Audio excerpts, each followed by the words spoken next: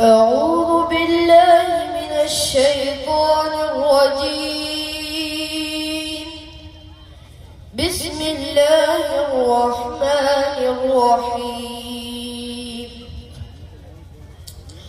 والضحى والليل إذا سجى ما ودعك ربك وما قلى وللآخرة خير لك من الأولى ولسوف يعطيك ربك فترضى ألم يجدك يتيما فآوى ووجدك ضالا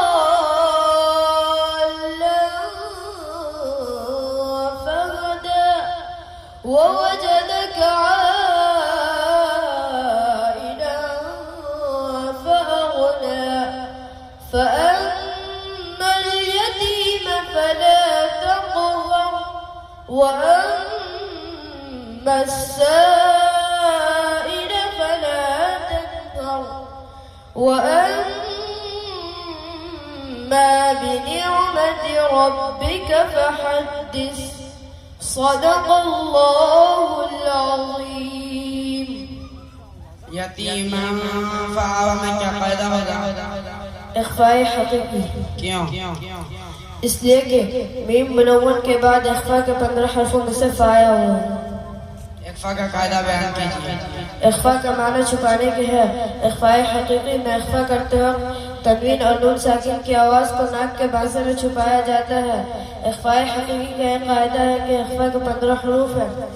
ता, सा, जीम, दाल, दाल, जा, सीन, शीन, صاد ضاد طاء ظاء فاء قاف काफ।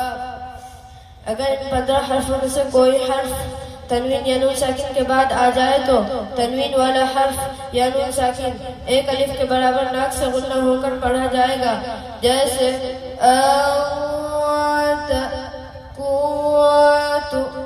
इसको इख्फ़ाए हक़ीक़ी कहते हैं। क्या फ़ायदा होगा? मद्दे लाज़िम किल्म मुसक़्क़ल। इसलिए कि इसी कलिमा में हर्फ मद्दा के बाद हर्फ मुशद्दद आया हुआ है। मद्दे लाज़िम किल्म मुसक़्क़ल का कायदा बयान कीजिए।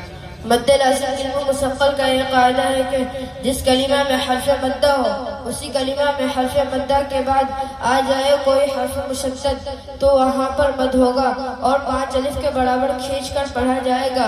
जैसे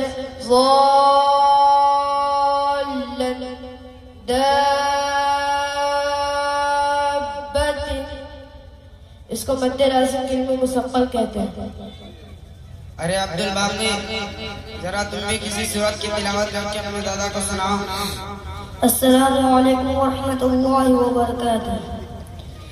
अऊज़ु बिल्लाहि मिनश शैतानिर रजीम।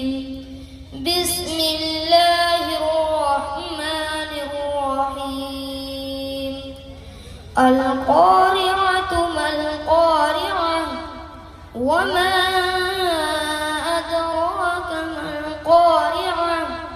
يوم يكون الناس كالفراش المبثوث وتكون